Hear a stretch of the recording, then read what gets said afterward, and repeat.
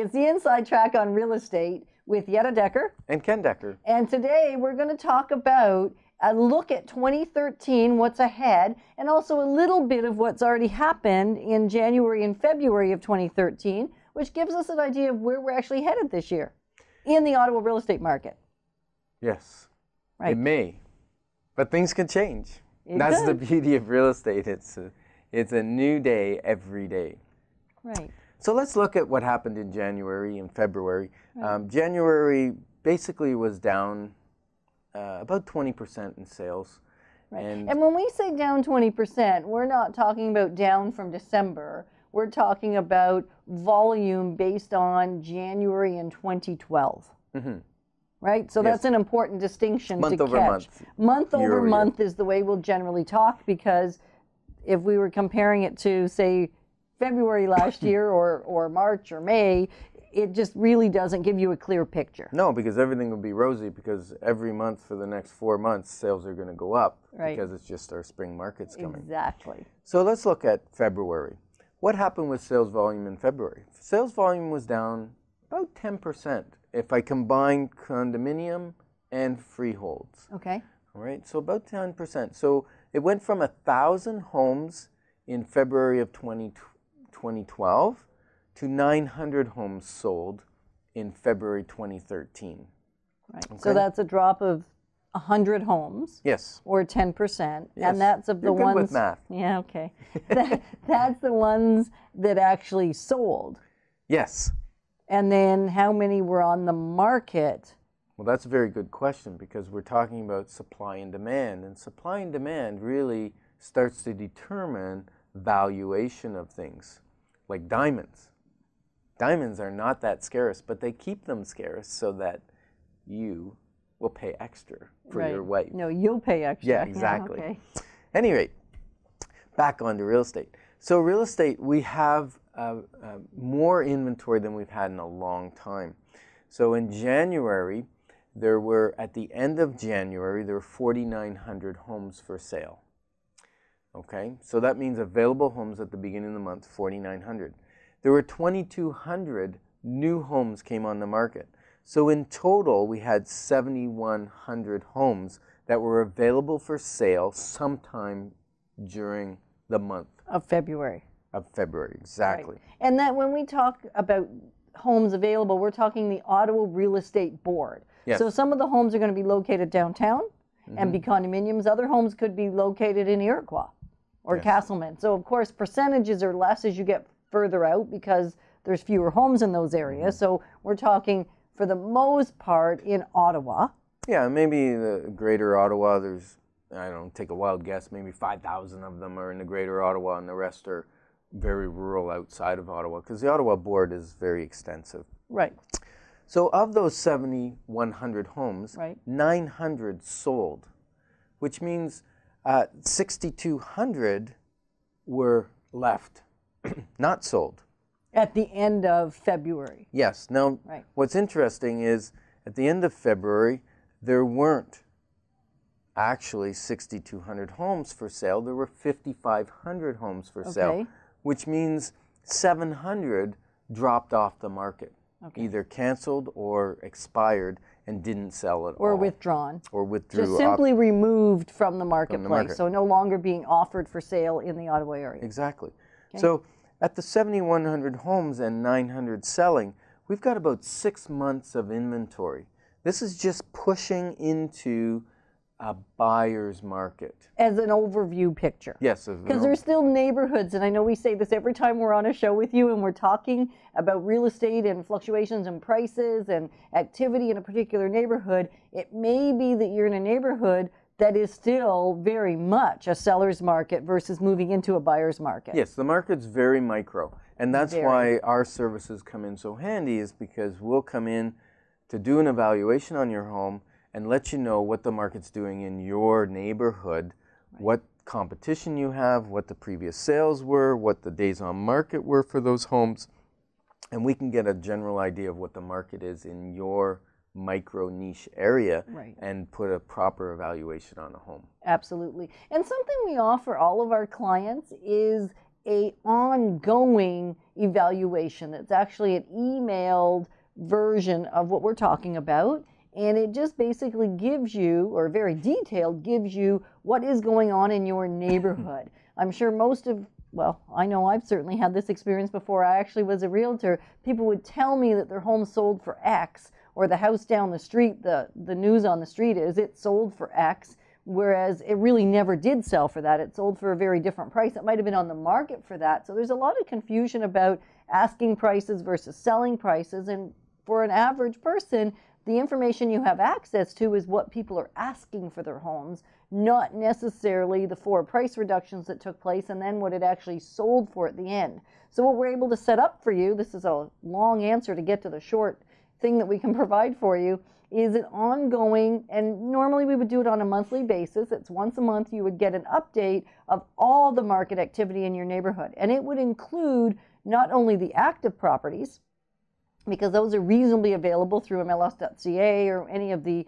online search engines. What you can't access is what are they actually selling for and how many days were they on the market when they sold. So we will, as a courtesy, we do offer that to all of our clients now. And if you want to participate in that, simply give us a call or email us and let us know. And we'd ask a few basic questions to make sure you're getting the information for the right neighborhood, and whether you're a condominium or a residential or a multifamily, we would narrow it down that way.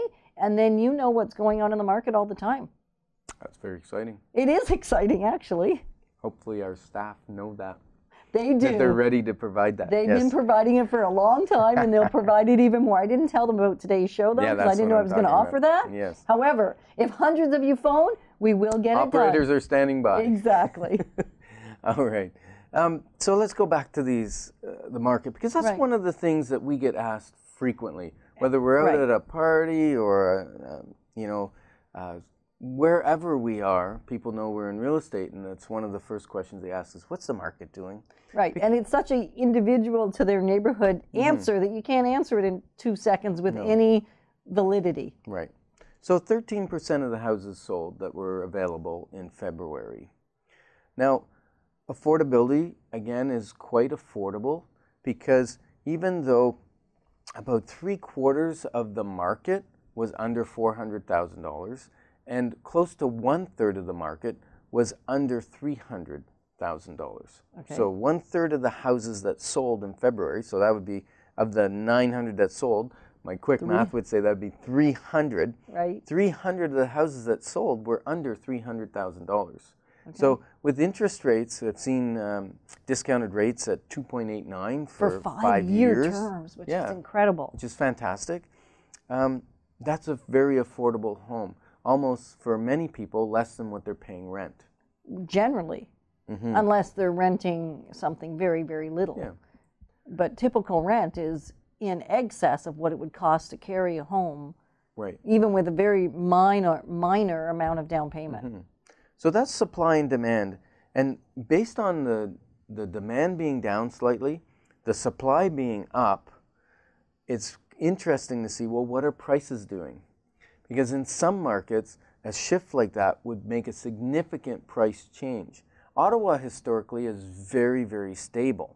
And so what we've seen is, on average, in the month of February, compared to the month of February before last year, in 2012, right, the average price, and you need to do average price over a long period of time, because there could be one large house that sells in there one year, and then that $1 million or $2 million house, and then the next year it doesn't sell. That will throw out the average price. So we do averages over long periods of time. But to give you a sense, down 1.1% on average in the month of February. Of a selling price. Of the selling price. And that doesn't mean your home's necessarily gone down 1.1%. Just the average has. Just the average has. Right. And again, we need the average of what's selling. Yes. But it just gives us a flavor of the market, what's happening. Right. Are we going to be fairly flat? Are we going to see an increase? Like, we can go historically and look at 2012, and I believe it was about 2.3% or something like that. It went up. So a slight increase. And this year, my projection is a slight decrease. But we'll see, because many things can change. Condos And were that- hit harder. Right, and that decrease or that conception that there's probably going to be a little bit of a decrease is based on what has happened already in January and February, Yes. and the And the tail amount end of of inventory. 2012, And the amount of the amount of inventory we're inventory carrying. that's available. Yeah. Right. Exactly.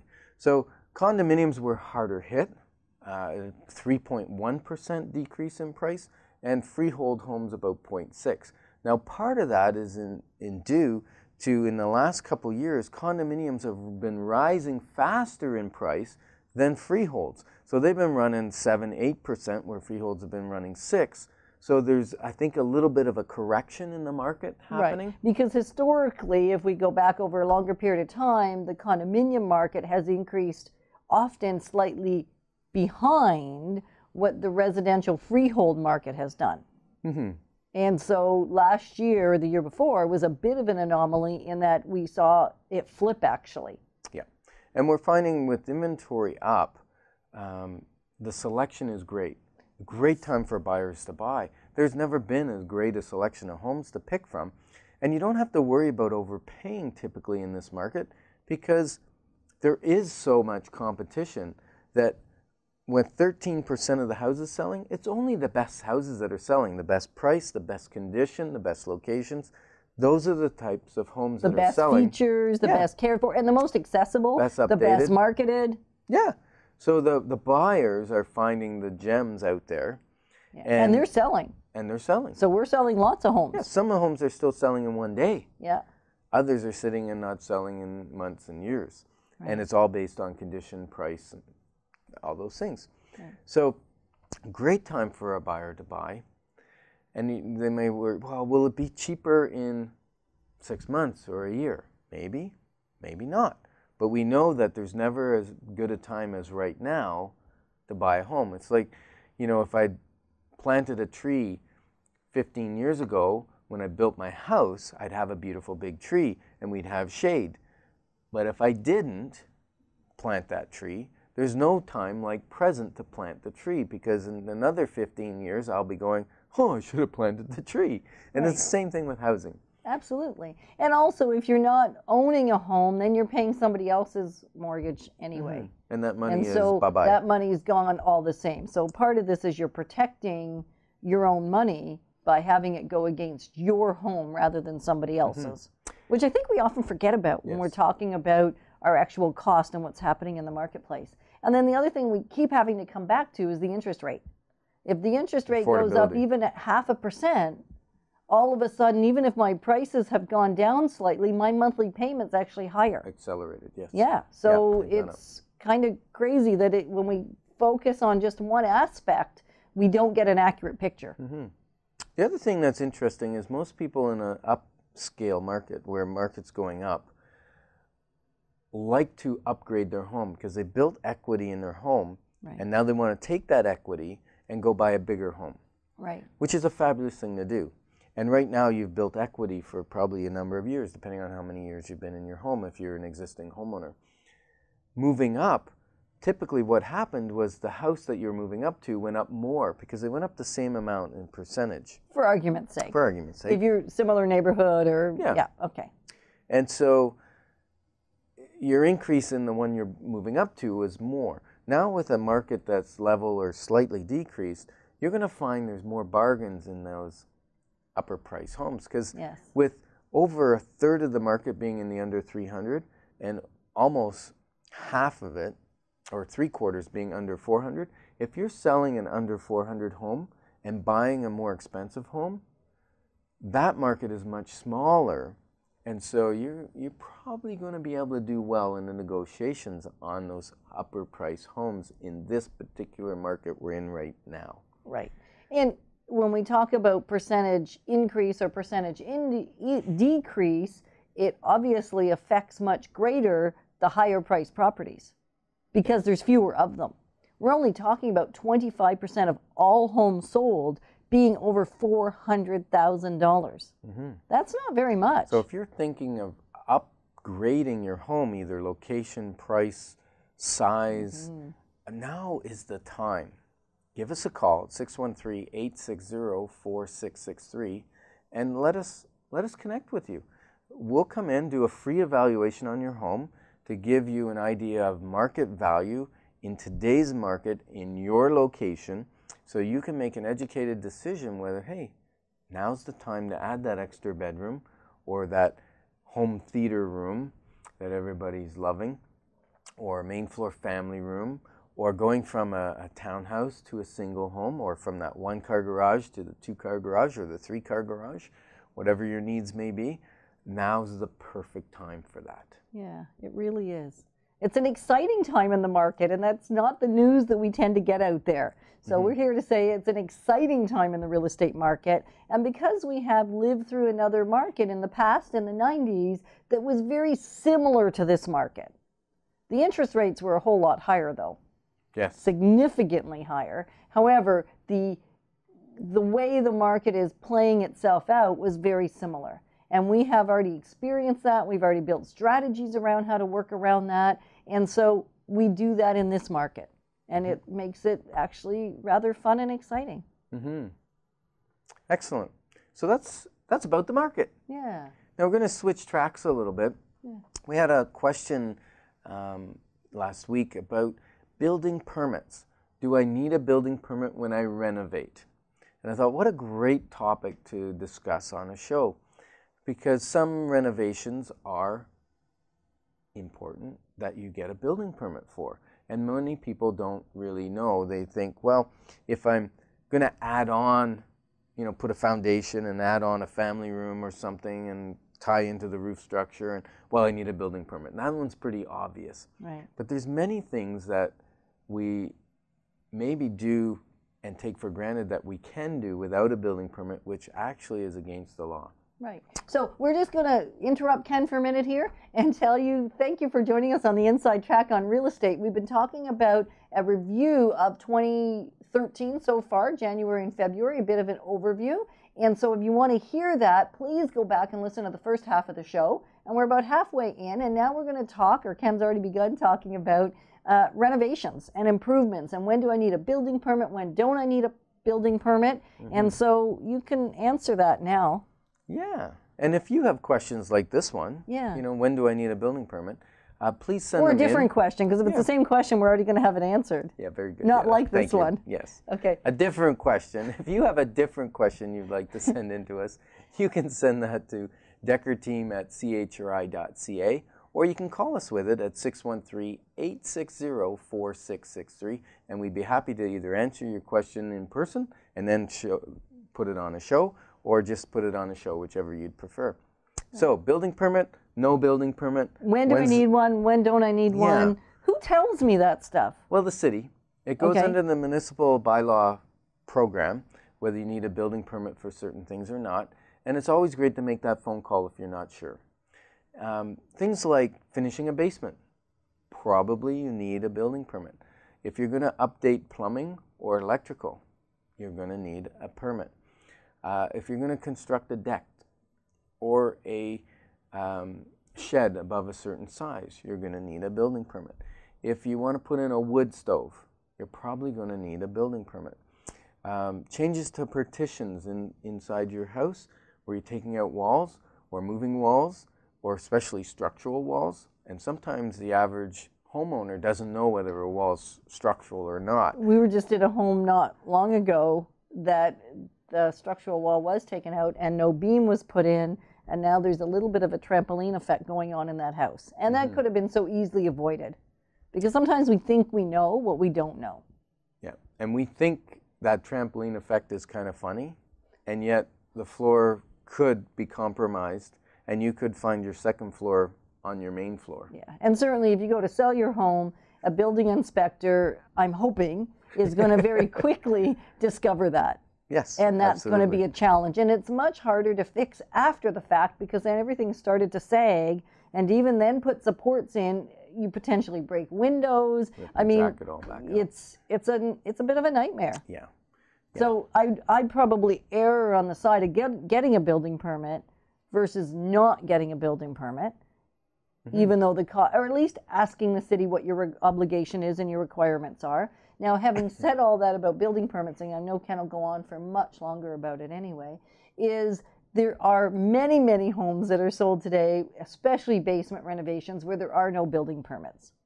And so Don't say it's so, I think Yetta. we've come across a few. And so it is a common thing for people not to get building permits on, and it does not stop your home from selling.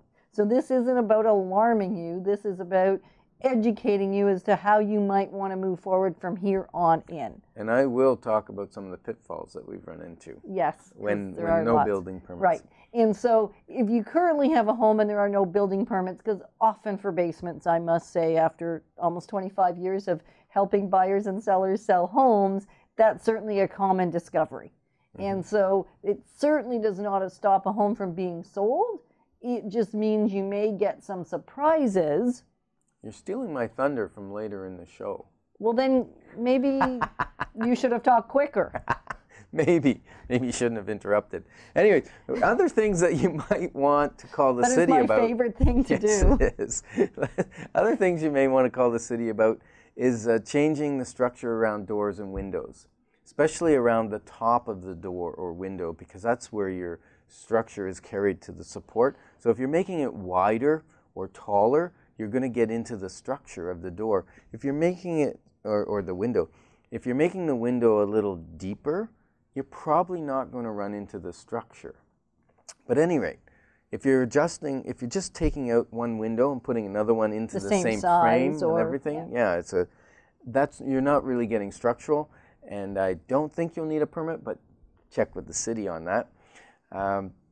So those are the kind of things that you might need a building permit for. Now, of course, add on to that if you're going to add an addition or change your roof or put a dormer in, or. And when he says change your roof, he doesn't mean change your shingles. No. And so often I think we use the word shingles and roof as interchangeable. And they're not. And they're not. So a roof, he's talking about the roof structure. Maybe we have a low pitch on the roof and we want to make a higher pitch on the roof, or maybe there's something wrong with the roof itself, the structure of the roof, and so it means putting on a new one or doing extensive repairs. Changing shingles is just changing shingles. Yes. And even if you had to replace a sheath or two, one of the layers of aspenite or plywood that's on top of the trusses, probably not a big deal. Not a big deal. That's just part of the whole process of changing shingles. Very good. Well, you don't want to confuse people. No. They can't see what you're talking about. Even if you're watching us, we don't have any pictures. We could bring pictures. We could, but then the folks that are listening would be really disadvantaged. Okay, so we'll just have to describe it. Right. So why do you think they require us to get a building permit? Well, to ensure it's done right. Yes. And it also gives them opportunity to increase my taxes, I'm guessing. Yes, it does. Because if you're doing major improvements, probably the value of your home is going up. Maybe. Which is going to affect the taxes. Maybe. Maybe. If you're doing it right. But it's a safety thing. They want the structure to be safe. They want, if you're putting in a fireplace or a wood-burning stove, they want the chimney and everything to be safe, because you don't want your house to burn down with your family in it or around it. And some of those things are also required to be able to get insurance. Yes. From the whole aspect of the fireplace and the wood stove, you're going to need proof for your insurance company anyway. Yes. So we're going to go on the track that you talked about. What happens if I already did this and I went, oops, I've already renovated? Well, there's some fallout, could be some fallout. The city could require you to pay your permit. They could require you to remove some of the drywall or the finishings or the kitchen or whatever to see what went on underneath, to make sure the structure and the plumbing and the electrical was done properly. They could fine you. And as a worst case scenario, they could actually require you to remove what you built. If you built a garage without a permit, they might ask you to take that garage down. We don't see that too often. No, but they could. They could. Under the law, they could do that. So what happens when we go to sell a house that has maybe some renovations that were done that didn't get a permit for? Many times the buyer just looks at it, the home inspector checks things, and it just goes through. Other times the buyer's a little leery that maybe there's something wrong here, and they either walk away from the sale or they ask for a reduction in the price of the sale because they're afraid of future costs or problems that may be caused because you didn't get a permit, didn't have things inspected when they were installed. Another thing that you need a permit for, by the way, I'm just thinking of this because I've run into this the odd time in the country, where septic systems installed without a permit. And so you have no idea how it was installed. It's under the ground. Like, was it done properly? You have no guarantees. So that's another area. So it's important that this stuff is looked after. It could also affect your future mortgaging.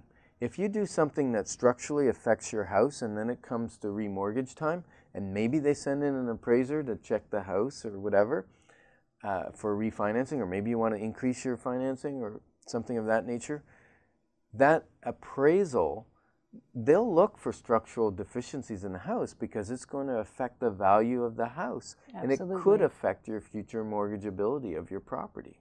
Right. Yeah. So you want to be aware of what's going on there. Mm-hmm. Yeah. So the moral of the story, get a permit if you need one. Now, today we're going to feature a property. Normally we do residential homes, but today I pulled out of my lovely properties for sale a nice office condominium that I have listed for sale in the south end. Beautiful location. It's on a front corner of a condo, so you have on the main floor. So you walk right in. You have windows on the front side and all down the side. It's not one of those long, dark condos where you're stuck in the middle and you only got a front window and maybe a door at the back. This is a very nice condo. 2,350 square feet. It's divided into offices, but the ceiling tiles and the suspended ceiling is continuous. So if you want to take out some of the partition walls, you can, and it doesn't affect the ceiling or the lighting or anything. So it's done very well. And that property is for sale at $389,000. So very affordable. So if you're tired of paying rent for your business and you need an office space of around 2,350 square feet, this may be just the perfect spot for you. So give us a call, 613-860-4663, and maybe it'll be right. And if that property's not right, we can find one that is. Right. So we will feature from time to time commercial properties as well as residential properties because many people that own homes also own businesses. And today you've joined us on the Inside Track on real estate. And we're hoping that you'll come back and join us again. So today we've talked about building permits, the ups and downs of that, as well as what's been going on in the real estate market in the first half of the show. So if you want to review either of those, please go back if you're just joining us now and listen to those. And if you have questions, give us a call, 613-860-4663. Thanks for joining us.